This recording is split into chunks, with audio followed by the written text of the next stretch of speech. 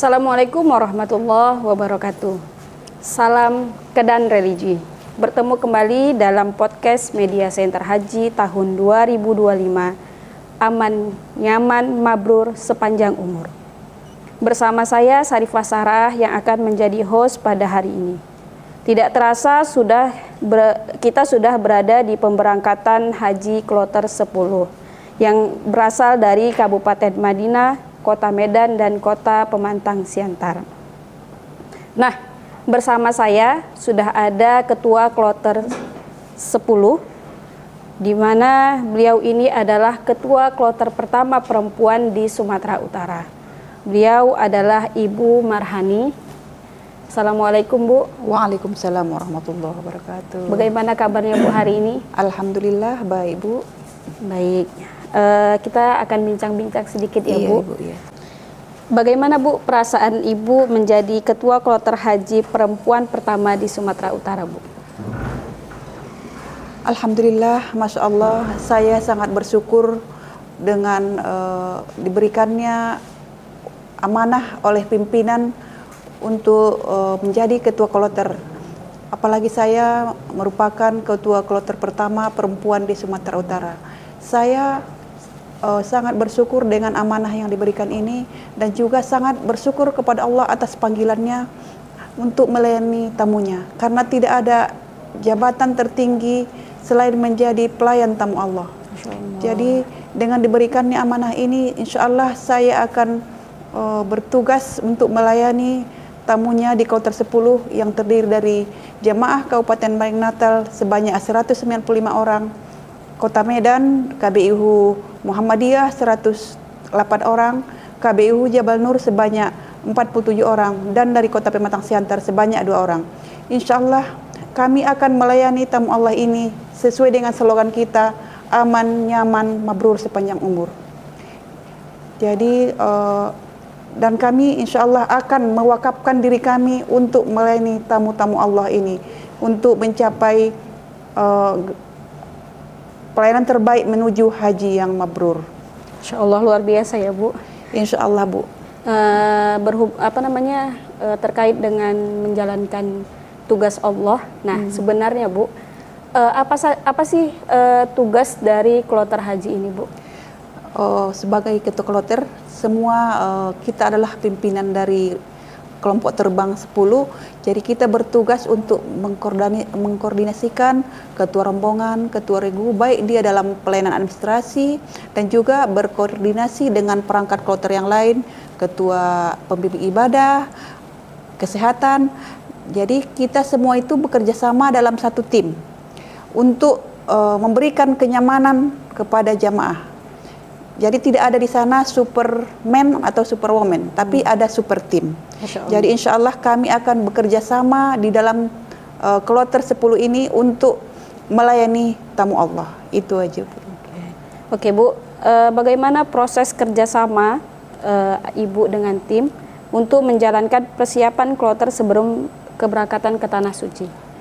Alhamdulillah, karena kita terdiri dari beberapa kabupaten, ada dari Kota Medan, ada dari Madinah, kita sudah membentuk kerjasama tim di dalam grup, udah bersilaturahmi di dalam grup WA, dan kita juga sudah berkoordinasi dengan pimpinan KBIHU Jabal Nur, Bapak Ustadz Zulfikar, dan juga dengan pimpinan KBIHU Muhammadiyah, Bapak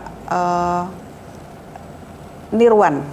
Jadi alhamdulillah silaturahmi kita sudah terjalin sebelum tiba di embarkasi. Dan kita juga sudah diundang untuk hadir di acara bimbingan manasik dari KBIHU Jabal Nur. Berarti semua bersinergi lah ya, Bu? Insya Allah. Jadi kita itu tidak ada lagi istilahnya Kabupaten Baling Natal, ada KBIHU, dan kita sudah satu tim, walaupun kita dari berbeda kabupaten kota.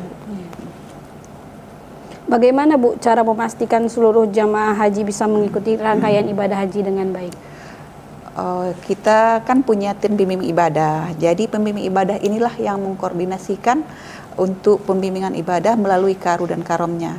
Dan kami sudah membuat rencana kami secara administrasinya, karena kan saya sebagai ketua kloter, saya di administrasi, pembimbing ibadah di bimbingannya, saya sudah berkoordinasi dengan karu dan karomnya supaya mereka mengontrol, karena karu itu kan hanya 10.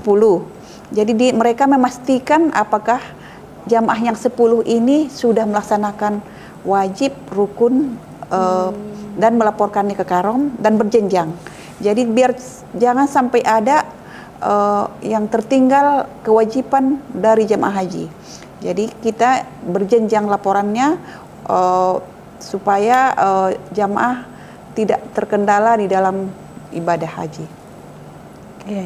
Kemudian Bu, apa tantangan terbesar dalam memimpin kloter haji ini Bu? Kira-kira. Kloter haji, membawa kloter haji itu kan Bu, dia itu dengan apa namanya, yang heterogen namanya, heterogen ya. Bermacam-macam usia, pendidikan, pekerjaan. Jadi semua berbaur jadi satu untuk melaksanakan ibadah haji.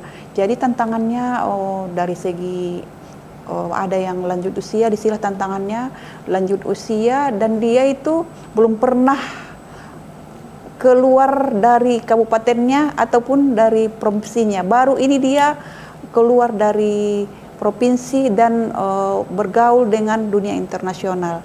Jadi apalagi lansia ini kan ada kekurangan keterbatasan fisik. Jadi itulah tantangannya, kita harus melayani mereka dengan sepenuh hati biar mereka tidak merasa sendiri di negara orang. Jadi selanjutnya cuaca, karena kita di sini kan cuacanya tropis dan di sana cuacanya cukup panas. Jadi kita tantangannya dalam pelaksanaan haji, terutama saya sebagai ketua kloter harus mengingatkan jamaah supaya dan bekerja sama dengan kesehatan supaya jamaah selalu menjaga kondisi fisik dengan cuaca yang ekstrim.